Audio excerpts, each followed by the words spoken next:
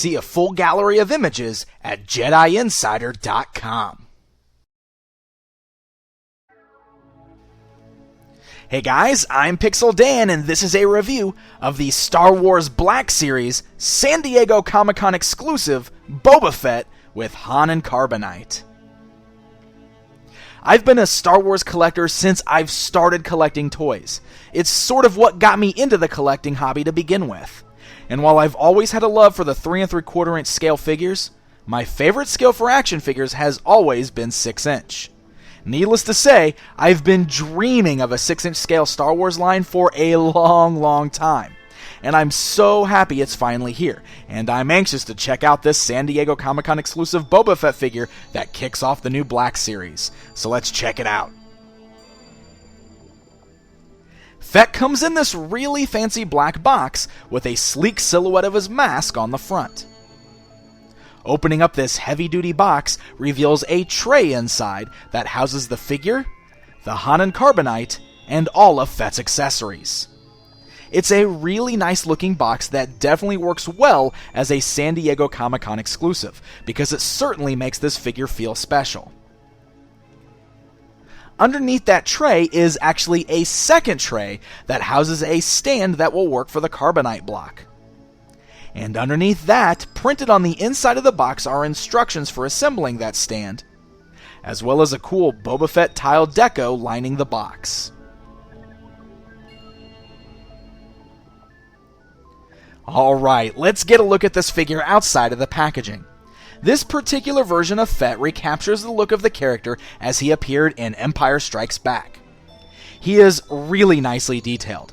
Fett has always been one of those characters with a lot of little intricacies worked into his outfit due to all of the small scratches, scuffs, and symbols found on his armor. This new figure does a pretty good job of capturing all of that. Little scuffs, scratches, and dings are found all over his body armor, his shoulder pads, and of course on his helmet. His infamous insignia is nicely tampoed on his chest armor, with the Mandalorian Bantha skull on his left shoulder. There is a nice wash seen on the gray parts of his suit that do well to bring out the sculpted details such as the wrinkles and folds in the cloth parts of his costume, as well to give him a bit of a gritty, dirtier look. While for the most part I will say that the paint job is really good on this guy, the green of his armor does feel slightly too clean for me. I know that sounds weird after I just pointed out all of those scuffs and such, but something about that flat green just feels a little off. Maybe it's because it's so flat that it doesn't really feel like it has an armor feel. It looks very plasticky. But it is a minor nitpick on my part, because overall, I think the figure does look terrific.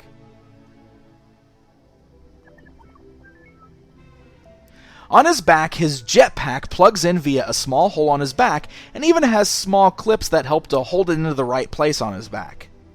And along the left side is a cloth cape piece that is permanently attached to the figure and hangs down along his side.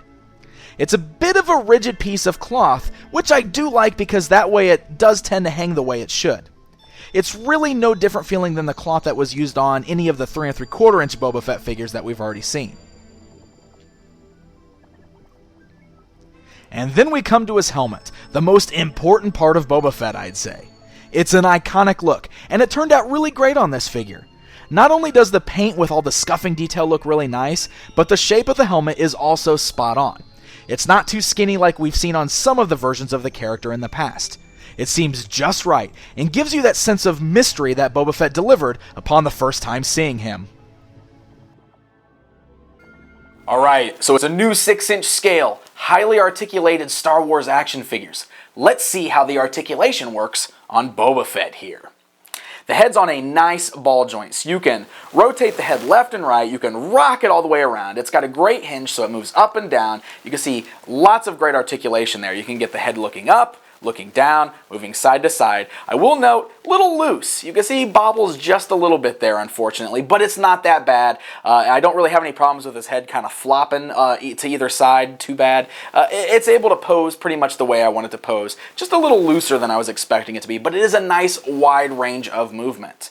You got ball joints at the shoulders there, so the arms can move outwards, forwards, backwards. You got great swivels right above the elbow there, right at the bicep, as well as a nice ball joint at the ball the elbow there, so it can move up and down, roll all the way around there. Very nice. You got swivels at the wrist as well as hinge joints at the wrist, so the hands can move up and down, roll all the way around. I might also note that it's got that nice like ratchet joint thing going on, so the joints kind of click in motion, which is really nice because they hold in place very well whichever way you decide to pose them. The torso is able to rock a little bit. The armor piece that he's wearing is non-removable, but it's a bit of a softer piece over a bit of a articulated buck underneath there. So you can see it kind of moves up and down. It does also swivel at the torso there.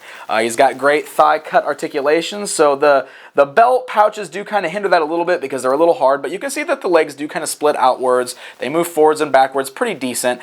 Coming forwards a little bit harder because they hit those pouches, but still a pretty good range of motion there with the legs. You got swivels at the thighs, which are very nice there. You got great double joints at the knees, which are nice, kind of hidden actually by the little knee pads, so that's pretty cool. You can see it articulates above the knee pad and below the knee pad, so great double jointed articulation there. The ankles, they don't really swivel at the boot cut here or anything like that. The only swivel you got is actually at the thigh. But the ankles themselves are very nice because not only do they move forwards and backwards, they've got that nice rocker joint on the ankle. So you can rotate the feet both left and right as well as up and down. And the joints are nice and tight on the ankles. So you can get some really great standing poses. You can get some great kind of leg spread poses and still rock the ankles. So you should be able to get some really great posing opportunities out of your Boba Fett here.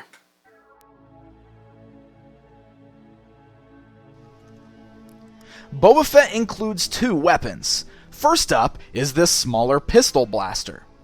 It features a brown and silver paint deco and can be held in either one of his hands. Both of those hands are sculpted with a trigger finger, so he holds onto the blaster very tightly and it looks very natural in his hands. Another great extra is there is a holster at his side that you can store this blaster when not in use.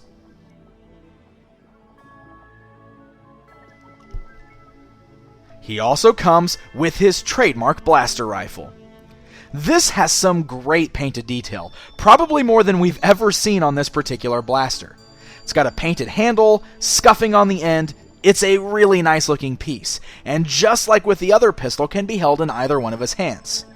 He can also get some great two-handed poses with it, which is essential.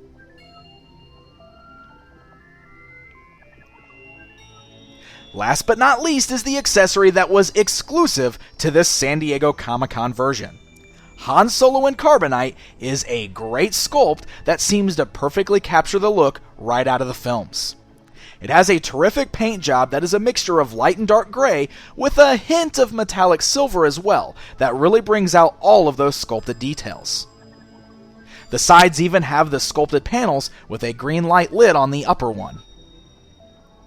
It's a very lightweight, hollow piece, but still feels of good quality. The back has no detailing, but includes a hole for that included stand. Now that stand is an excellent accessory. Once put together, it plugs into the back and also clips onto the bottom to get a nice solid hold. This stand works one of two ways.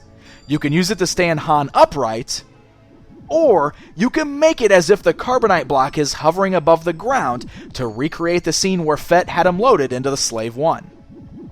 I love this, and I think this is one of those extra bits included that really makes the Han and Carbonite accessory stand out as something extra special to have.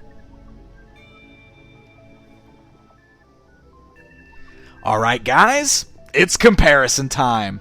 For fun, here's a look at Boba Fett standing alongside one of his 3 3/4 inch counterparts to give you a sense of the scale difference as well as to compare the detailing.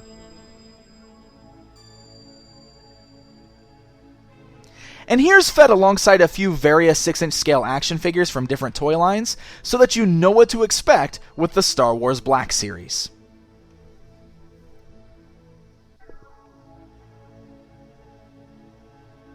I must say that I am pretty impressed with this figure. As I said in the beginning, I've dreamed of a 6-inch scale Star Wars line for a long time, and I'm happy to say that my expectations were met, at least with this figure. I love the articulation and the detailing, and the addition of the Han and Carbonite is a really nice touch. Now it is worth noting that this exact same Boba Fett will be released in Series 2 of the Star Wars Black Series. However, that version does not include the Han Solo and Carbonite. That piece was exclusive to this San Diego Comic-Con version. But it is good to know still that fans that missed out on this will still have a chance to get Fett and add him to their collections, because it would be a crime if they couldn't. Boba Fett with Hun and Carbonite was sold exclusively at San Diego Comic-Con 2013, but Star Wars Black Series 1 is hitting retail store shelves right now, so happy hunting, and until next time.